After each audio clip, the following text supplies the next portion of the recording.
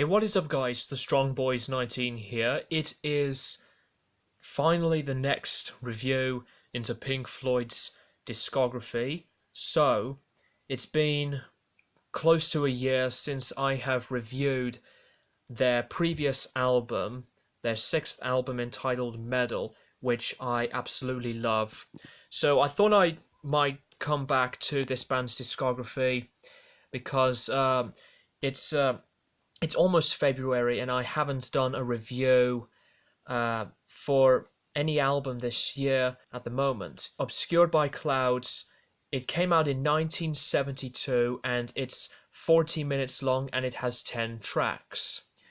Now, I gotta say that Obscured by Clouds is not as strong as Medal, to be honest, but I will say that it is one of the most underrated yet thoroughly enjoyable Pink Floyd releases.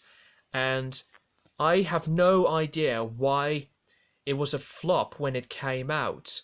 And also, this is their second soundtrack to a French film called La Vallée. Might have pronounced that correctly or not. I don't know. So at the same time, during the development of this album, the band had started out to think of some new ideas to their next album, The Dark Side of the Moon. I have no idea how long this review is going to go for because I would like to get this review out of the way so that we can get to the, the really popular golden era of the band's career. Like I said, that Medal is a classic, but I think Obscured by Clouds is one of the band's most interesting pieces of work. The sound of this album, continuing their progressive rock vibe, and there are some elements on this album that do feature some acoustic guitars, and the sound changes into a different setting and sound. There are some tracks on here that are instrumentals. The title track, Obscured by Clouds, When You're In, Mudmen, and also the last track of this album, Absolutely Curtains. And once again, Richard Wright does lead vocals on the tracks Burning Bridges and Stay.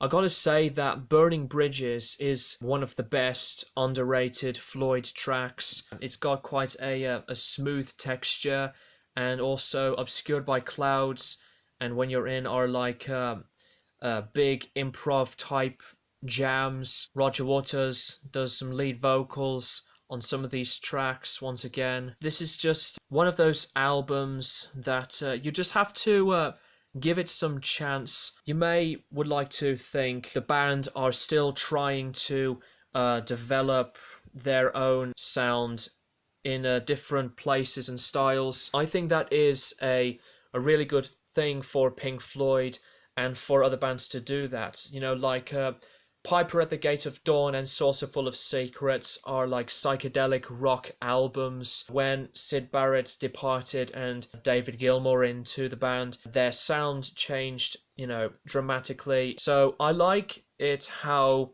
a band like Pink Floyd can still find and achieve their creativity in a very open way. Elements of this album are neatly put together. Some bit of flaws on this album, there are like some pieces of this album that don't really connect with me as much as others. Some of the tracks are like not as strong as others, but what can you do?